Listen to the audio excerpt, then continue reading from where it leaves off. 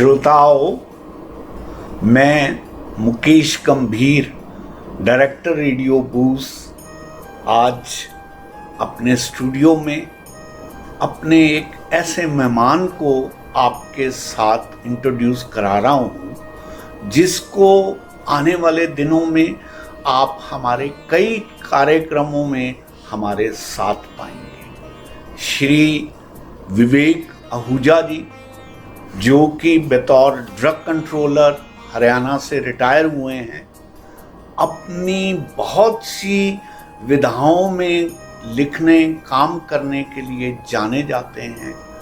इनके विचारों को कई ढंग से हम आपके सम्मुख प्रस्तुत करेंगे और मेरा ये मानना है कि अपनी बात को कहने का एक सशक्त माध्यम लघु कथाएं भी रहती हैं, जिसमें बहुत कम शब्दों में, बहुत कम समय में आप बड़े से बड़ा मैसेज कन्वे कर सकते हैं। मैं यहाँ पर बहुत से ऐसे हिंदुस्तान के लेखकों और विश्व भर के बहुत से ऐसे लघु कथाएं कहने वाले को भी याद करना चाहूँगा, जिन्होंने अपने अपने समय में हमें लघु कथाओं के माध्यम से बहुत कुछ समझाया है। इनमें खलील जिब्रान का नाम सर्वप्रिय नामों में से लिया जाता है। आधुनिक काल में ओशो ने बहुत अच्छे ढंग से बहुत छोटी छोटी कहानियों के माध्यम से बहुत बड़ी बड़ी बातें कही हैं। ठीक उन्हीं लाइंस पे आइए सुनते हैं श्री विवेक आहूजा जी को, जो अपनी लघु कथाओं के माध्यम से अपने बहुत गहरे और उच्च किस्म के मैसेजेस हमें देना चाहते हैं। श्री विवेक आहूजा जी, धन्यवाद, आपने अवसर प्रदान किया। आप सभी सुधी श्रोताओं के समक्ष अपनी लघु कथा वाचन में कर सकूं और लघु कथा के माध्यम से एक पंक्ति कह दूं। इससे पूर्व मैं लघु कथा को प्रारंभ करूं। गागर में सागर भरने का प्रयास करूंगा जी, और देखन में छोटी लगे और घाव करे गंभीर। आपका नाम भी गंभीर, तो ऐसा ही प्रयास रहेगा। तो मेरी आज की लघु कथाएं मैंने जो देखा समाज में होते हुए, घटते हुए, उस देख करके उसकी अभिव्यक्ति की। अर्थात ये लिखी हुई कहानियां कहीं ना कहीं मेरे शब्द, उनकी व्यथा, उसकी भाव अभिव्यक्ति है। आइए, आज की लघु कथा शीर्षक है चयन। चयन जी, यस, चॉइस जी। सरकारी सेवा में चयन हेतु साक्षात्कार चल रहे थे। चयन समिति के सदस्य ने उम्मीदवार से पूछा, यदि तुम्हारा चयन कर लिया जाए तो क्या करोगे? सर, आपकी और अधिकारियों की सेवा।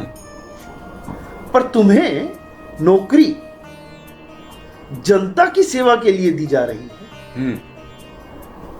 नौकरी आप दे रहे हैं, जनता नहीं। इसलिए मेरी जवाबदेही आपके प्रति है, जनता के प्रति नहीं। फिर सरकारी काम कैसे करोगे?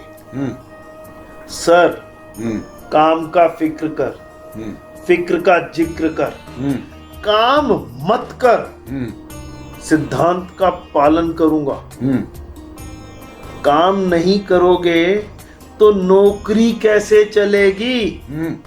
सर, तैराक ही डूबा करते हैं, काम करने वालों से गलती होती है और नौकरी में दिक्कत। ना काम करूंगा ना गलती होगी। ठीक है। पर तुमने 3 साल की डिग्री पास करने के लिए 6 साल लिए। सर, मैंने सभी विषयों का गहन अध्ययन किया है, बिल्कुल इसलिए पास करने में 2 गुना समय लगा। ठीक। फिर तुम्हारे अंक कम कैसे हैं?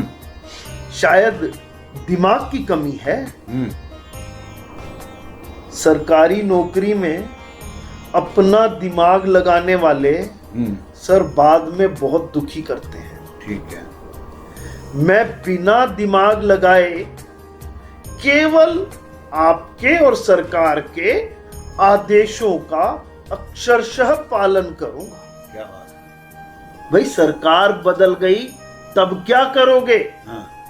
सर मेरी वफादारी सरकार के साथ रहेगी। हम कुर्सी के साथ रहेंगे, फिर कुर्सी पर कोई बैठा।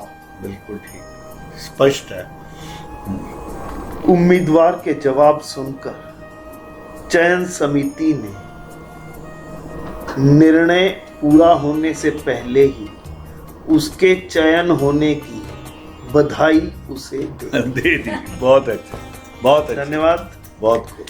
कैसी लगी मेरी ये कहानी? आपकी प्रतिक्रिया की प्रतीक्षा रहेगी। अपनी प्रतिक्रिया अवश्य देना, क्योंकि यही आपकी प्रतिक्रिया मुझे आगामी लेखन के लिए ऊर्जा प्रदान करेगी। धन्यवाद। बहुत बहुत शुक्रिया।